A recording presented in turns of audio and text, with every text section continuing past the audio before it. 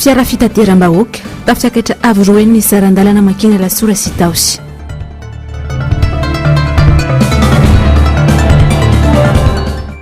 Fidanga ny vidim-piainana mbola mafy noho izao afaka 3 volana hoy Serge Zafy Mahova. Fizarana kilalao tetika sahankizy krismasy fandikana fitsipika noho miseho tany Toliary.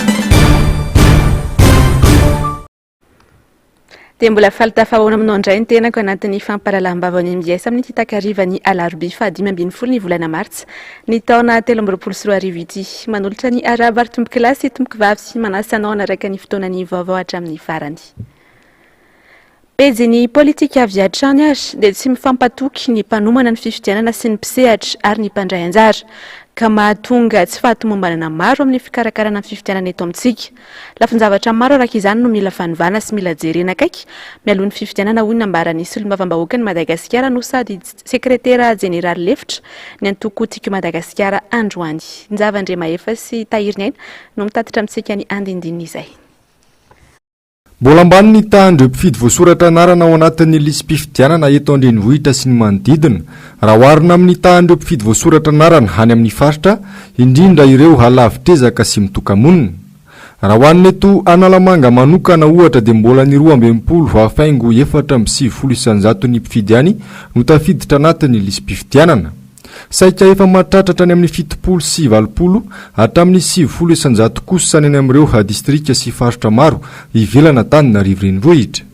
Ny fomba fiasan'ireo mpanomana sy ny rafitra mikarakara ny fifidianana hatrany ambolohany mihitsy no tsy natokisan'ireo mpisehatra sy mpandray anjara aka mahatonga izany haelanelana sy fahasamihafana izany hoy ny sekretera jeneraly ny antoko-tima faharoa Mamira Benirina. Misy ny miahany tompony andraikitra voalohany amin'ny fanaovana an'ireo changement hoe misy faritra tena inina tsy atao mihitsy misy faritra anaovana ezaka manokana apiakatra an'le tany fahavitan'le lisitra fa tsy tokony isy fialantsiny azo ekena mihitsy satria efa fantatra hatrany ampiandohana faravakely ny tao anatin'ny 5 taona farany fa isin'ireo fonte elektoral amin'ny taona 2024 sy 2025 ary isy vanim-potoana mpifidianana nanomboka 2024 sy 2025 zany hoe ny tsy fampin'ny fitaovana na teknôlôjia na ny teti-bola na inona izay ataon'ny sasany fialantsiny tsy azo ekena mihitsy fa tonga dia izay no mahatonga ny rehetrarehetra mihevitra fa misy fanahinina hanao izay tsy hatateraka ny fifidianana araka ny tokony izy. Izany rehetra izany no ilaina fifampidiniana sy firesahana andatabatra boribory ho ihany ny fanazavany. Mila atao mazava tsara ihany koa ny pitsopitsony sy ny fitsipy-dalao rehetra manodidina ny fifidianana hatony ny lalam-pifidianana sy ny vola ampiasain'ny kandida mandritra ny fampielezan-kevitra. Ary amin'izao mbola betsaka ny miantso ny amin'ny hoe ohatra resahana foana tatoato ny famerana ny resaka fandanim-bola amin'ny fifidianana, resahana foana koa ny resaka pré-campagne. Ireo rehetra ireo nge mbola tsy misy lalàna mifehandreo kanefa fototry ny adihevitra amin'izao fotoana izao ireo nidikan'izay vahaolana mila jerena indray mandeha reny lalàna rehetrarehetra ireny na ny efa misy na ny mbola tokony voaforonina voasoratana mihitsy fa mba tsy andeha amin'ny endrika unilatéral ny andrafetana sy ny anovana izany lalàna izany fa iarahan'ny rehetrarehetra mandinika sy mikaondo dia tsy misy mitsipaka intsony rehefa avy eo. Mila jerena sy aintsy ny fomba fiasan'ny CENI sy ny ACC izay rafitra iankinan'ny fifidianana ho hatrany ity solombavam-bahoaka ity. Tsy mahaleo tena ary hita ho mitongilana makany amin'ny fitondrana hatrany ny fanapahan-kevitra entin'ireo rafitra ireo ka anisan'ny fototra iray lehibe mampiahy ny mpisehatra sy ny mpandray anjara.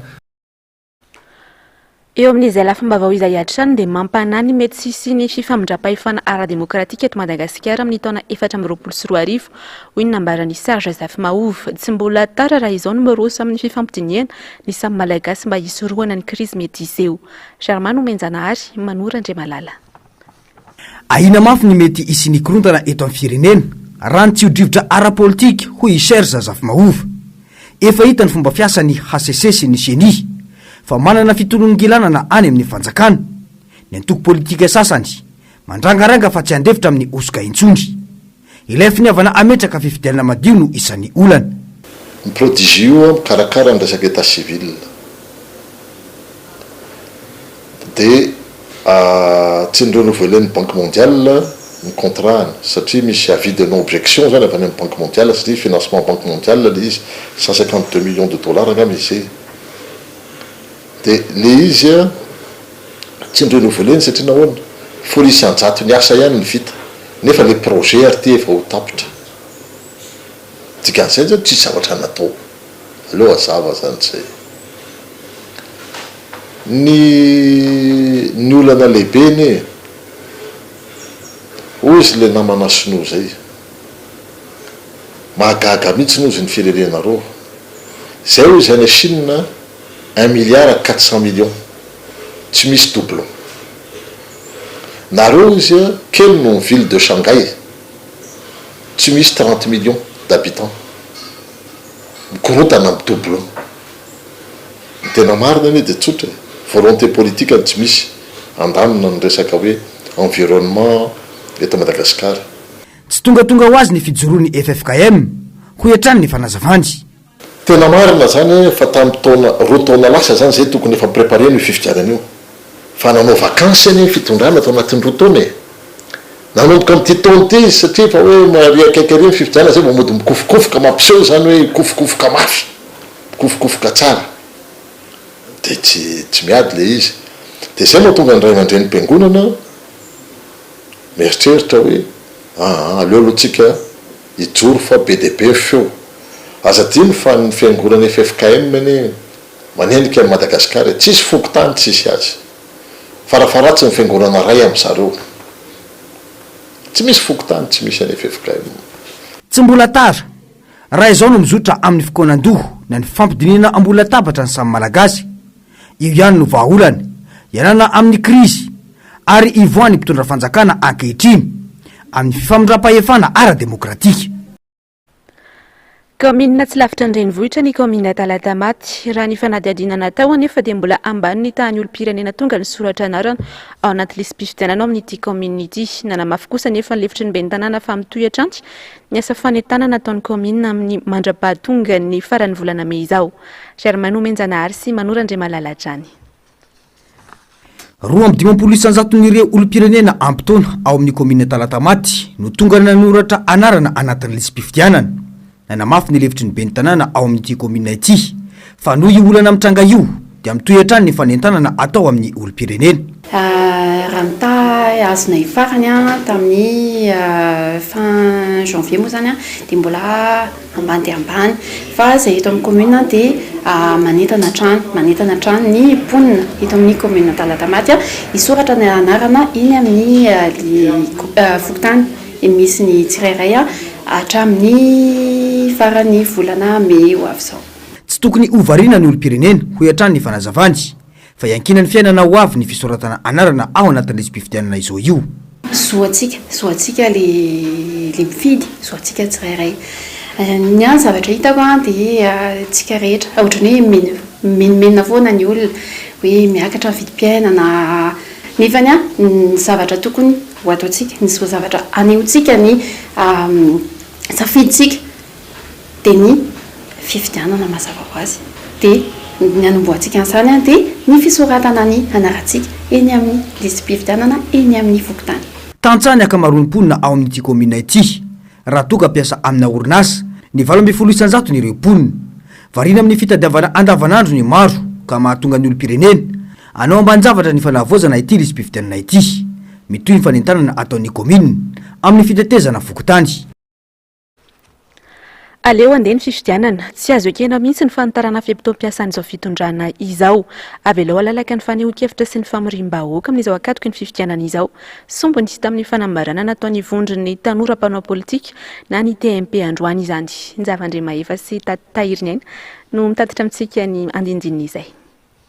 Nivoaka tamin'ny fahanginany androany ny vondron'ny tanora manao politika na ny TMP manoloana ny toedra ara-politika eto amin'ny firenena.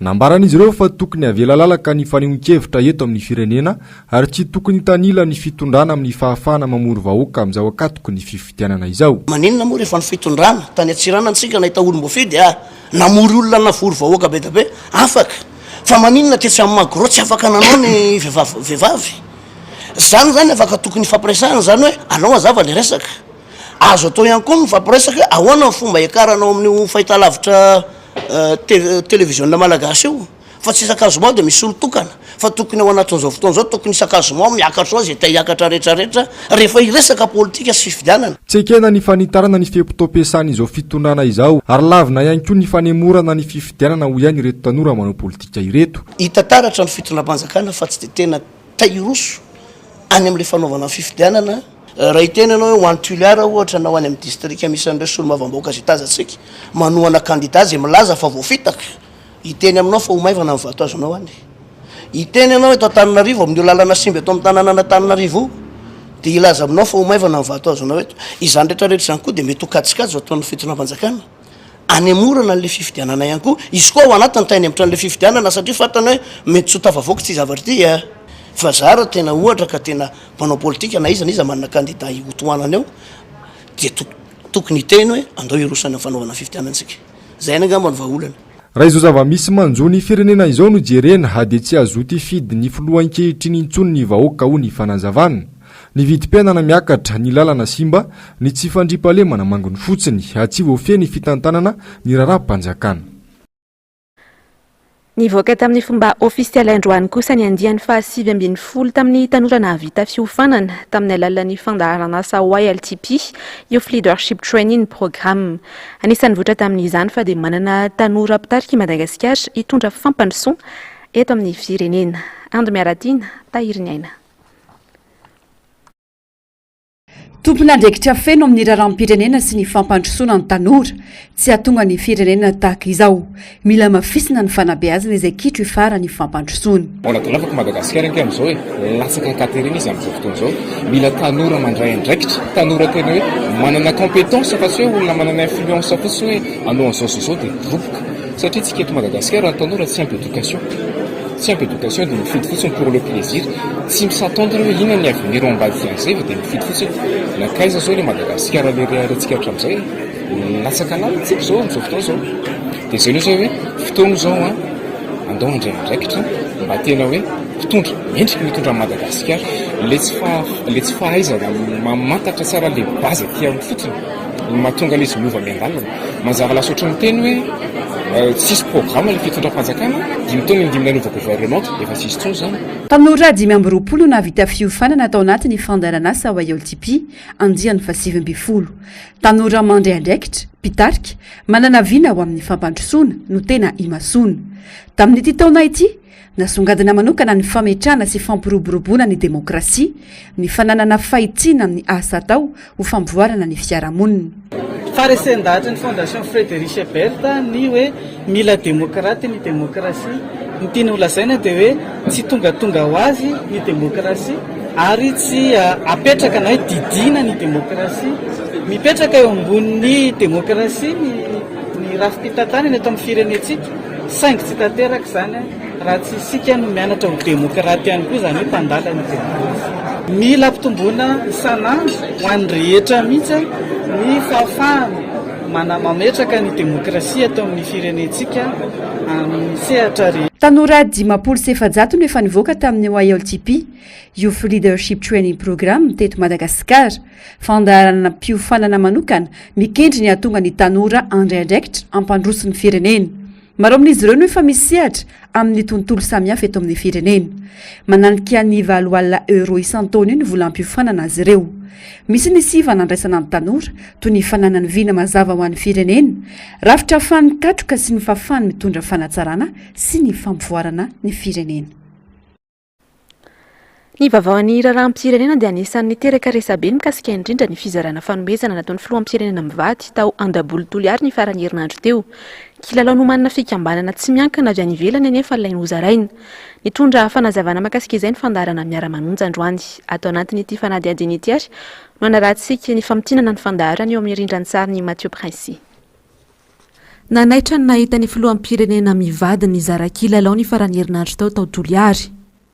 Kilalao avy amina fikambanana vahiny ary zaza Amerikana no nanangona azy nandritra ny Ayrton ho anankizy amina firenena sahirana. Efatra amin'ny taona 70 ny sy ny fikambanana sy ny fizarana kilalao.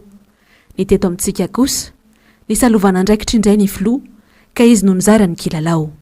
Araka ny teniko teo tamin'ny taona 7 sy 4 valo sy 4 zao sary izao satria reo zany nisan'le tranche d'âge-n'le ankizy a voafidy a anaraka an'izay fiofana zay iny fa hatramin'ireo reny mpianakaviana na namana mpikambona anatin'ny fikambanana ireo aza dia nanao fiofanana nandritry ny herinandro maromaro nisy ny tany amin'ny omonria ny asiera teny ampefilo nisy ny tany amin'ny toerana fiangonana tany toeram-piangonana sy toeram-ponona maro a fa tsy nisy resaka fivavahana ary tsy nisy resaka politika le izy a hoe atoko mpivavahana fa bambaray tsy nifidina inona finoana n'ilay zaza fa fizarana zay vaovao mahafaly sy filazantsara ny jesosy kristy zay de zao ara ny fanontaniana mipetraka reo satria zahantsika ho azavaina iny no ataony fitondram-panjakana fitaovana ara-politika matsy am'izao fotoana zao izany hoe fanomezana nomeny ny zaza amerikanina izany teny aninona tao anatin'izay 20 taona izay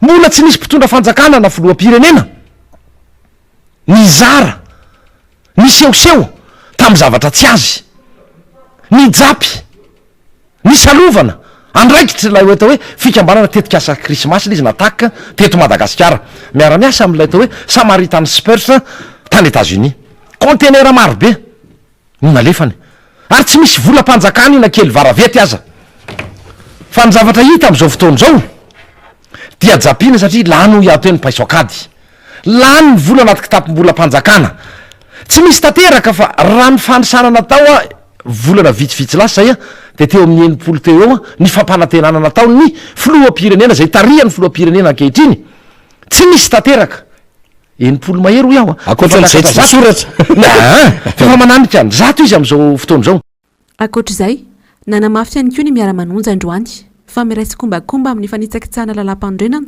ny HCC sy ny mpitondra mifampiaro amin'ny ratsy miezaka miaro be fahatany ianareo amin'ny fomba rehetra ilay filoam-pirenena ilay prime ministre zay mitarika ny gouvernemanta mitondra ino ny zany zavatra ho ataonareo zany misy fomba fiteny malagasy manao hoe ny soa atao a levenam-bola fa ny ratsy atao loza miantony mieritrereta ihany ianareo reo tsy ianareo rery fa ny zavatra hita am'izao fotoana zao ry mpitsara avo ory mpanolotsaina avo ry mpikambana ny ao anivony HCC io de ampiasainareo lay toeranareo sy lay fahifananananareo a iovanareo be fatany ho iateo a lay filoam-pirenena zay efa nanitsakitsaka ary rofona am'sibika mihitsy zany fanitsakitsahana lalam-panorenana ataon'lay filoa sy ny mpiara-miasa amin'rehetra isanambaratonga mpitantanana isanambaratonga mpahefana misy eto amin'ity fireneny ity anisanotsy dia ny fandaharana miara-manonja androany any koa ny fandaharam-potoana mikasika ny antoko-tim isan'izany ny fifampiarabanana tratrany taona ny sabotsy ho avy izao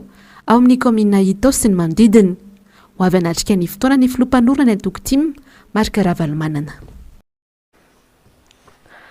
loza manambana ho an'ny vahoaka malagasy ny krizy mavavay ateraky ny tsy fahaiza mitantany mpitondra ankehitriny akoatra ny fanazavana izay nataon'ny FMI makasika indrindra ny fiakarana 100 dia nanamafy ny mpahitoekarena Serge Zafimahova fa hiakatra io vidim-piainan'io afaka 3 volana Rary Manomenjanahary Manora Andriamalala 100 ariary ny iraikapoka amin'ny vary ankehitriny eto Andrenivohitra ny voamaina sy ny kojakoja fampiasa andavanandro tsy lazaina intsony ny vidiny satria miakatra andro manalina noho ny antony tsy fantatra mazava atreto raha izao fiakarany vidim-piainana izao izay efa mihoatra ny 1,700 raha nytarehy marika ny tahirim-bola iraisam-pirenena na ny FMI dia idangana hatrany amin'ny 500 ariary ny kapoka-mbary ajoatsy mitotongana ny sandany vola ary mena ny fa efa mividiny isam-batan'olona 3300 ariary zany zao ny makolika fa io ny alohan'ity faran'ity taona ity a mety efa nididina ny amin'ny 3600 3800 ny makolika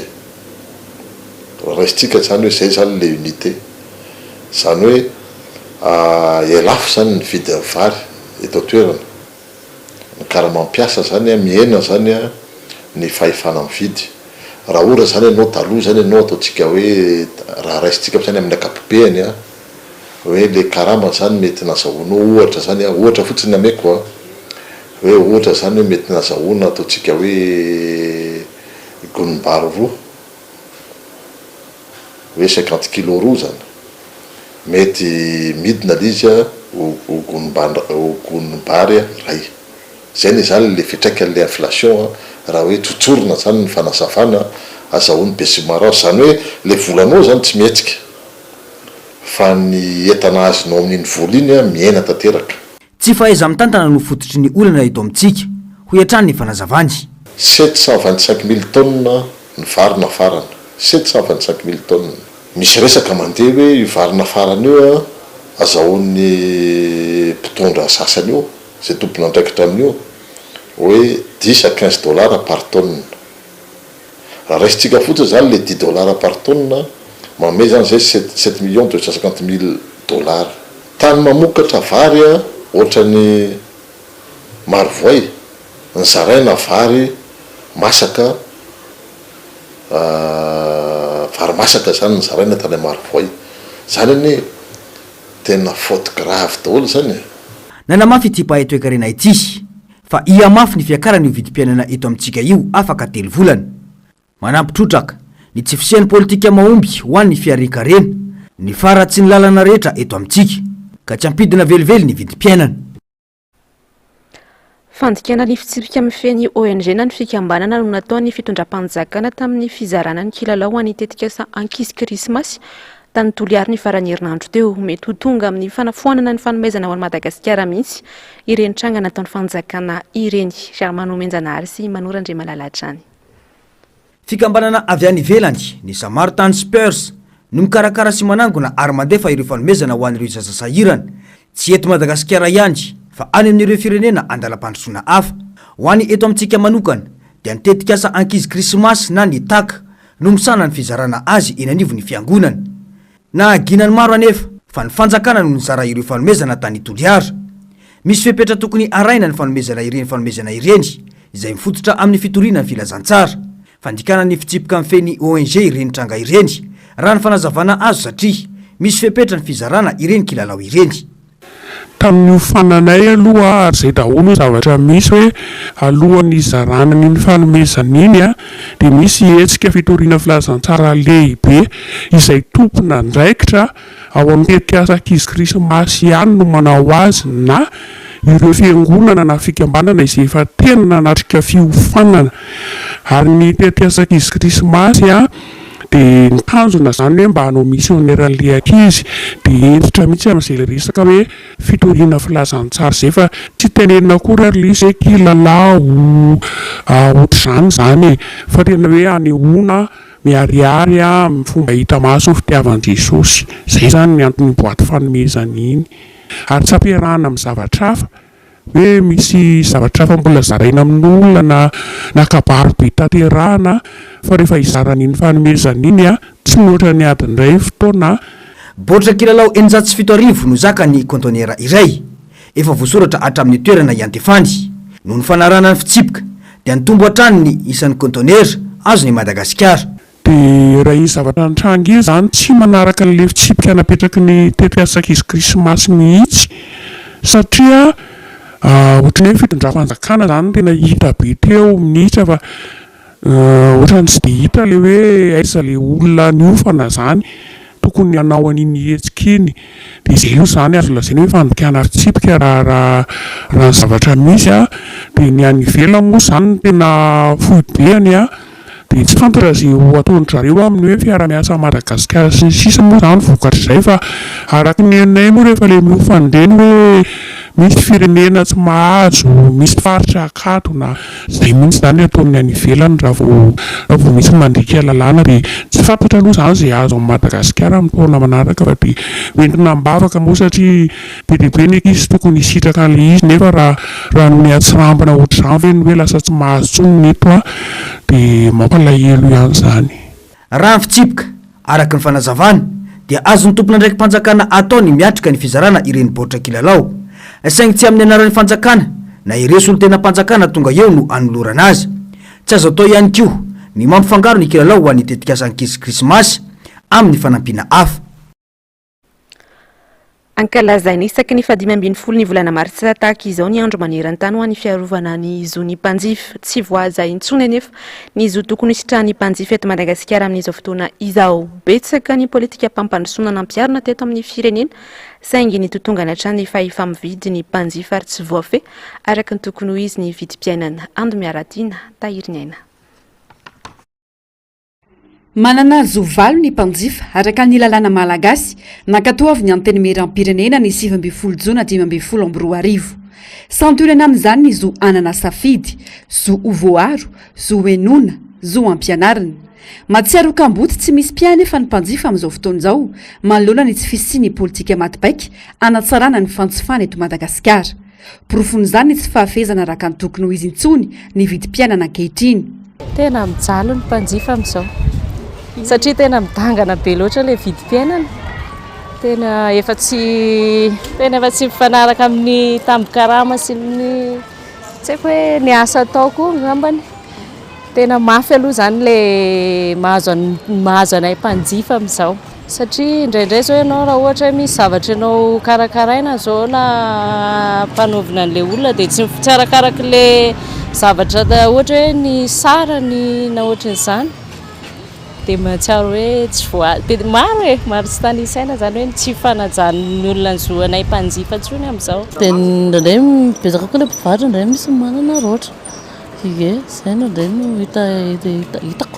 hitako zalo miditra kely fa mivoaka mibetsaka dia any ka lasa sahirana malagasy tena sahirana samy manao zay tiany atao daholo ny mpivarotra ny mpitondra nrehetrarehetra any anatin'ny fiainam-bahoaka mihitsy metraika ilay mihitsy tokony misy arofanina mazava zany ametrahana ny toerany vidiny entana eto Madagasikara fa indrisany efa fa tsy zay zava-misy eto amintsika manampitrotraka ny tsy fisian'ny politika mazava mikasika ny zomimpanjifa tsy voaja ny zomimpanjifa matsiaro tsy manana piaro ny mpanjifa ankalazany isaky ny 12 martsa tahaka izao ny andro maneran-tany ho an'ny fiarovana ny zomimpanjifa ny 12 martsa 2027 no lany teo nivy ny firenena mikambana izany fankalazana izany anisan'ireo firenena manome lanja ity fotoana ity Madagasikara saingy tsy nitondra fiovana firy teo amin'ny mpanjifa izany ny safidy manokana ny tsy teny isaona manoloana izany fikambana ny mpiaron'ny zomimpanjifa mivondrona anatin'ny PMH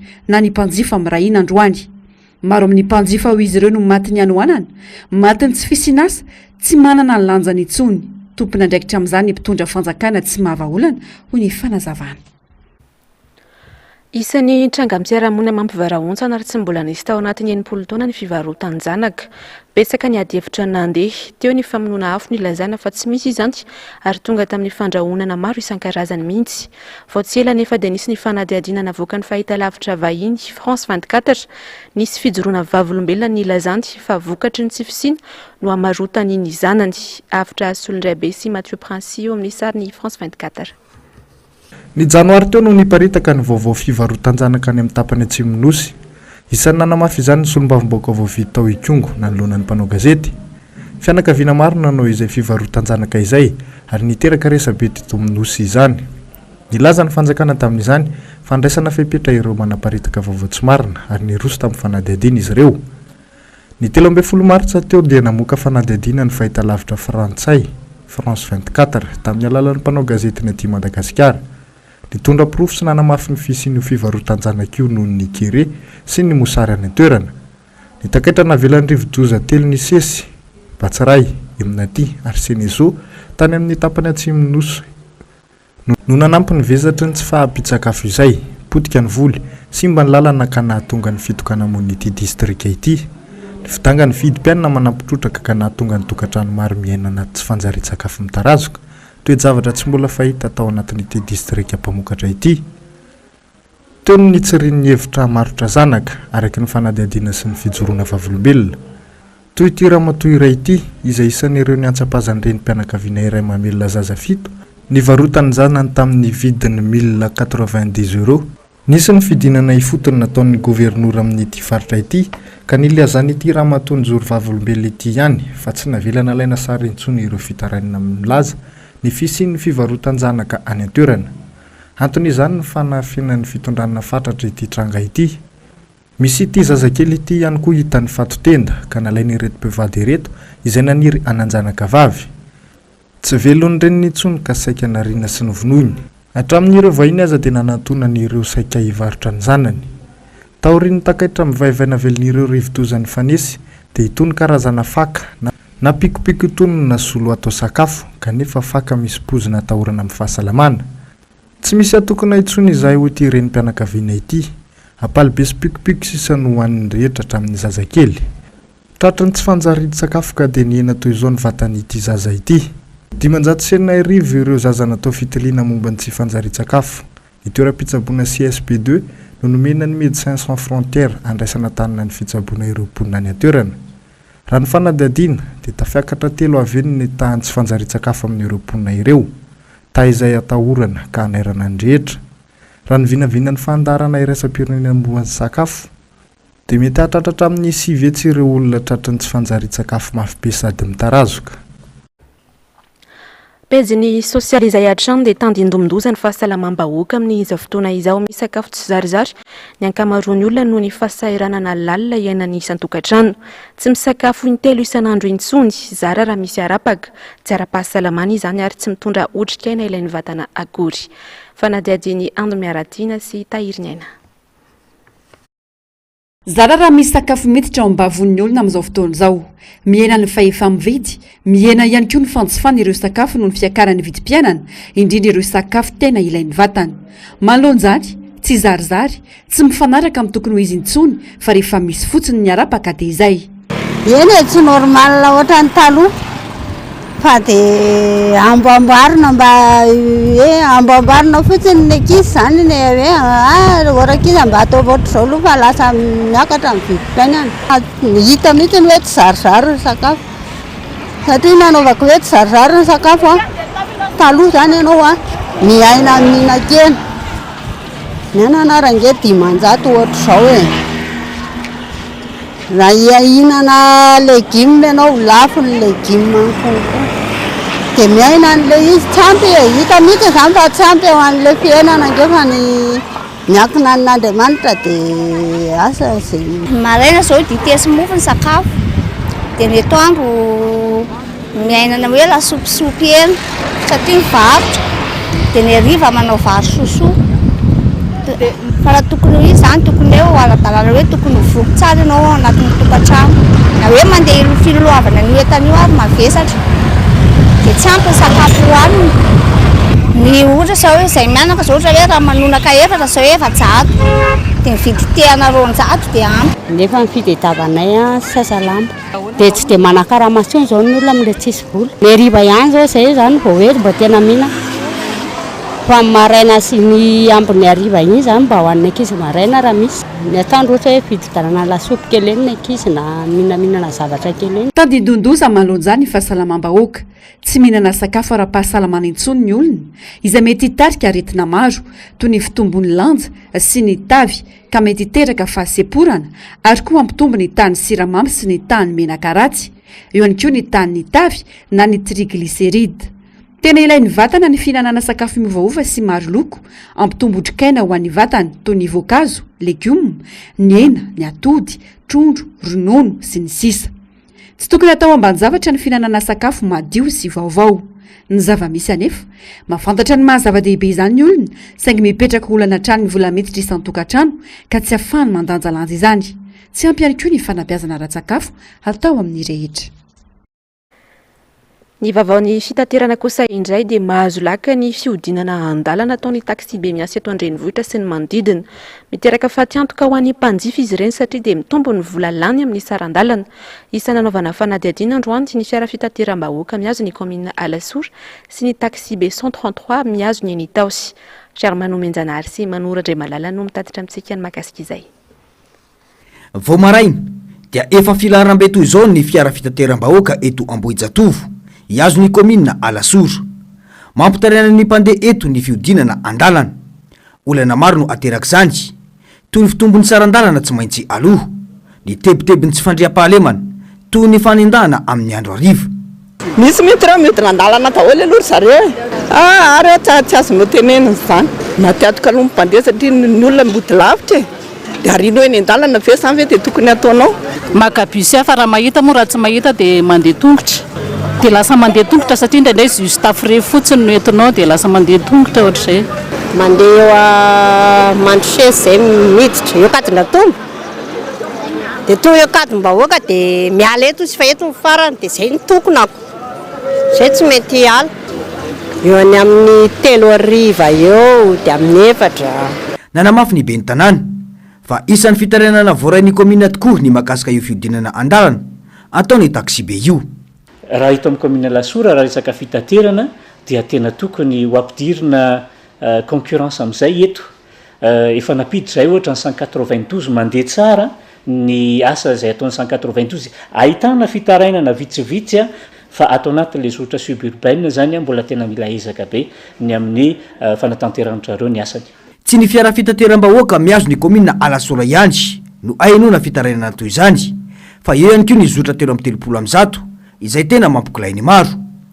Eo ihany koa zany zavatra nisy taloha izay fandaminana nakasika ny zotra tetitosy ny raha ny coopérative rehetra na ny fifafimana ny cofitama na ny 143 dia iny moa zany efa nisy fiara manokana mihitsy no nakan'ireo olona ireo ary zay mbola irarianay mba ahafahana mandamina miverina amin'ny lamina tsakany sy andavany dia zay mbola mba irarianay mba angatahana ihany ahafahanay mandamina anazy hoe mipetraka ny fandaminana eo amin'ny 67 dia misy fiara makany olona milahatra eo amin'ny 67 na dia ny ariva fotsiny ary zay tena ora fodian'ny olona. Raha ny fanadiadinana natao hatrany dia zary fomba fanaon'ireo mpitandro filaminana mandrindra ny fifamoivozany ny fakana vola 500 ariary isaky ny taxi be. Misy ihany koa ny fiara miasa amin'izy ireo ka mamela ireo fiara fitateram-bahoaka iodina andalana. Lafomba afa tanteraka kosa indray ary dia manambana ny tsy handray ny asany mihitsy mandra-pisy ny tranom-panjakana ahafahany miasa ny mpiasan'ny ministeran'ny fitsinjaram-pahefana Etsianosy izay noesorina tamin'ny toerany. Fanimbana sy famotena ny asa no andikany mpiasan'ny zava-misy ka tsy azo ekena velively. Miantso ny jerena vahaolana maharitra sy aingan'izy ireo. Ando Miaratina sy Tahiriny Aina. Atairana ny an'ireo mpiasa ny ministera ny fitsinjaram-pahefana Etsianosy Ramonjy lasa vao maraina no idina avokoa ny birao manodidina ny 7 ka tsy nafaha ny mpiasa niditra nanao ny asany toy ny andavanandro. Tamin'ny ora tsy fiasana fa efa tamin'ny 5 ora sasany zareo no niseleana azy dia gaga izay ny maraina mihidy daholo ny trano dia tsy tafiditra ao an-trano izay dia mikatso ny asanay tsy miasa izay fa eto izay mikatso eto izay ko ina moa ny birao iasanay eo ny fitaovana iasanay mihidy ao daholo. Raha ny fanazavana dia ministera ny fanajariana ny tany no nanala azy ireo. Ireto mpiasa ny fitsinjaram-pahefana ireto izay tsy mbola manana toeram-piasana manokana hatramin'izay ka nova ny mpiasa antsoavy ny jerena vahaolana faranjay aingana. Tsy nisy fifampiresana fa avy dia izao no nitranga mandeha ny resaka fahafindra amin'ny trano miofy ireo mpiasa ka tsy manaiky izany izy ireo. Izahay kory tsy mpanofa trano tsy nalofa trano ka roahina sy tondrana huissier ny aménagement du territoire izay manalanay diko dia tsy tompon'ny trano fa mitovy aminay samy mpiasa mipetraka ato mangataka tranom-panjakana sy trano miendrika anay zahay noho izany satria hatramin'izay dia tsy mbola nanana trano mihitsy ny décentralisation fa nafindrafindra foana ary no tsy niavina nefa ny décentralisation izay no torona fotony kitro ifaharan'ny fampandrosoana izay lazain'ny fanjakana sy ny dadradradraina foana eto amintsika. Heverinay fa famotehana sy fanimbana ny décentralisation izao famindrana anay izao tsy ekenay ary lavinay marindrany ny fanalananay ato amin'ny immeuble travaux publics. Nilaza ny tsandra ny asany mihitsy ireto mpiasa ireto raha tsy mahazo trano-mpanjakana toy ny ministera rehetra. Mbola maro amin'ny malagasy no tsy manana kopy na sora-pahaterahana. Ny any ambanivohitra no tena ahitan'izay tranga izay noho ny tsy fampinenti-manana sy ny fahalaviran'ny toerany ka mampalaina ny ray aman-dreny anoratra sy anantona fokotany na komina. Zavandre Mahefa sy Tahiriny Aina. 20 ny zaza malagasy alatsaky ny 12 taona no mbola tsy manana kopy na fanambaram-piterahana raha ny antotanisa navoaka ny Instat. Antony maro no mahatonga izany raha ny fanazavana nentin'ny fiarahamonim-pirenena amsahana ny ankizy na ny PFSE androany. Inona ny antony? Ny antony dia satria lavitra ny toerana misy ny commune matetika, misy ny faritra izay misy ndroandro mandeha tongotra, 3 andro mandeha tongotra vao tonga any amin'ny commune dia izay zany eo amin'ny fahalaviran'ny tsisy service de proximité, commune de proximité moa zany dia misy ihany koa eo amin'ny araka ny entimanana dia eo amin'ny tsy fahaizan'ny tsy fahafantarana n'ilay hoe inona avy ny zavatra rehetra takin'ny lalàna dia mila olona mahay manazava zany amin'ny fomba tsotra amin'ny any ambanivohitra hoe ay izao avy zany le entina fitaovana rehetra zay takiana. Manome zomaro ho an'ny ankizy ny tanora ary ny olon-dehibe ny fananana soram-piterahana na ny kopia. Raha ho an'ny ankizy manokana afaka misitraka ny tolotra fanabeazana, ny tolotra ara-pahasalamana ary ny fanamorana ny fananganana azy ireo raha toa ka tsy misy pia. Ny fisitrahana fianarana asa mendrika, ny fisitrahany hivezivezy ankalalahana ary fandraisana anjara eo anivon'ny fiarahamonina kosa no tombony ho an'ny tanora sy ny ho an'ny olon-dehibe. Nisy moa androany atrikasa fanolorana torolalana mikasika ny fanambaram-piterahana no volavolain'ny vovonan'ny fiarahamonim-pirenena misahana ny ankizy na ny PFSE Tetsy Anosy no toanina ny OIF. Ny vaovao tapatapany kosa ary dia hitondra vahaolana maharitra ho an'ny mponina ao mandialaza Ambodivona, boribory-tany fahatelo eto Antananarivo nisy olom-bavambahoaka avy amin'ny antoko-tiky Madagasikara feno ora lambomanana. Rano miandrona no iainan'ny mponina rehefa vanim-potoanan'ny fahavaratra toizao. Nijery ny zava-nisy teny an-toerana ity sy olom-bavambahoaka ity niaraka tamin'ny teknisiana ny zava-olana amin'ny lakan-drano sy tatatra miteraka fiandronan-drano. Irosy sy ho elaraka izany sy ny fanatanterahana ny asa avy amin'ny olom-bavambahoaka feno rahalambomanana sy ny ekipany ho tombotsoany rehetra.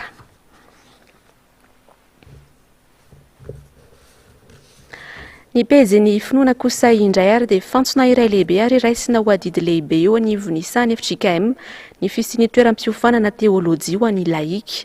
Io no fampitana ny asa miandry ny fiangonana amin'ireo laika toy ny asa sosialy. Ao anatin'ny fankalazana ny 70 taona izy ireo amin'ity taona ity ka maro ny hetsika izay anasana ny rehetra. Avitra Solondraibe sy Mathieu Prince.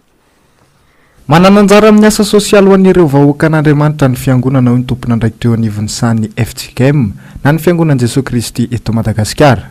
Nandify ovana maro ny fiainam-piangonana hatramin'ny foronany. Tsy efa misarakaraka izany ny mpitondra fivavahana sy ny laika noho ny rafitra presbyteriana sinodaly izay midika fiarahana. Misy ny fampiofanana ireo laika amin'ny alalan'ny teolojia ho an'ny laika efa namoahana mpiofanana rivony. Misy ny fiangonana zany raha tsy misy ny laika ireo no fiangonana ary koa mampandeha ny asa sy ny fiainan'ny fiangonana manontolo na amin'ny alalan'ny rehefa mety ho raharam-piangonana fiainan'ny fiangonana ankapobeny fa ao anatin'izany koa ny asa fitorian'ny filazantsara ny asa sosialy ka azo lazaina zany fa ny mpitondra fivavahana dia mpanentana mpanaitra mpitarika fa nivoaka an'Andriamanitra laika ny tena miatrika ny asa rehetrarehetra manatanteraka ny fiainana mahafiangonana ny fiangonana ka tsy afa-misaraka mihitsy ny mpitondra fivavahana sy ny laika avery koa hoe rafitra presbyteriana sinodaly fiaraha-mentana dikany hoe sinodaly dia miara-mizotra miara-miainga miara-mandeha. Efatra arivo eo ireo laika efa nisitraka fiofanana teo anivon'ny sehatra teolojia ho an'ny laika ity. Tanjona lavitrezaka no tratrarina amin'ny alalan'ny sanganasa ho tanterahana ny ahatonga ny mpiofana hatramin'ny iray alina ao aoriana kely ao. Ao anatin'ny fankalazana ny 70 taona ity toeram-piofanana ity amin'izao fotoana, maro ireo antsika karakaraina nanomboka n'ity herinandro ity. Isy ihany koa ny famelabelara-kevitra izay ho atao etsy amin'ny FJKM Andrainarivo manomboka ny herinandro ho avy io ka hanasana ny rehetra. Ny maresaka iraisam-pirenena dia saika hisambotra ny Praiministra teo aloha tao Pakistan androany ny mpitandro ny filaminana tany an-toerana. Saingy nihemotra tamin'ny ora farany indray noho ny fitokonana nataon'ny mpanaradia azy. Raikitra raka izany ny fifandonana teo amin'ny mpitandro ny filaminana sy ny mpanaradia n'ity Praiministra teo aloha ity. Rindran-tsary ny Mathieu Prince. Androany no saika hisambotra ny Praiministra pakistanais teo aloha Imran Khan natao amin'ny trano fonenany ny mpitandro ny filaminana tany an-toerana. Nahazo didy fampisamborana ny mpitandro ny filaminana satria efa nantsona imbesaka hiakatra fitsarany Imran Khan fa tsy tonga hatrany. Tsy tontosatra amin'ny farana nefa ny fisamborana ary nihemotra ny mpitandro ny filaminana noho ny fifandonana teo amin'ny reto farany sy ny mpanaradia ny Praiministra. Nafana ny fifandonana teo amin'ny roa totatry ny alina. Ny mpitandro ny filaminana nandefa bomba mandaza-dranomaso, ny mpanao fihetsiketsehana kosa nitoraka tamin'ny vato. Ranonambara ny vavolombelona, vaky ny tsoaka ny mpitandro ny filaminana ny andry efa ora maro teo anoloany trano fonenany Imran Khan. Tsara ny mampahafantatra fa voaongana teo amin'ny toerana ity Praiministra pakistanais ity ny volana aprily 2022 taoriana fitsipaham-pitokisana. Taorian'izay maro ny fanenjehana nahazo azy, saingy na dia teo azy izany dia tena tiany olona hatrany izy ary mbola manan-tena hiverina ilatsaka hofidiny indray mandritra ny fifiterana sy olom-bavambahoaka ny volana oktobra izao. Efa indroa izay ny mpitandro ny filaminana no saika hisambotra azy tao amin'ny trano fonenany tamin'ity volana ity fotsiny. saingy sy tanteraka hatrany izany noho ny fanoerany mpomba azy. Iny vaovany maresaka iraisampirenena iny ary no manakatona ny fampahalalam-baovao tamin'ity androany ity. Mankasitraka anao nanaraka izany hatramin'ny farany. Aoriany fandaharana ahoana marina sy ny fandaharana Global News dia anaraka ny fandaharana Sahila zao isika. Aorian'izay kosa no anarahantsika ny horonan-tsary espèce menacée. Ny tenako ary dia ametraka ny veloma mandrapitafa ho amin'ny manaraka indray tompoko.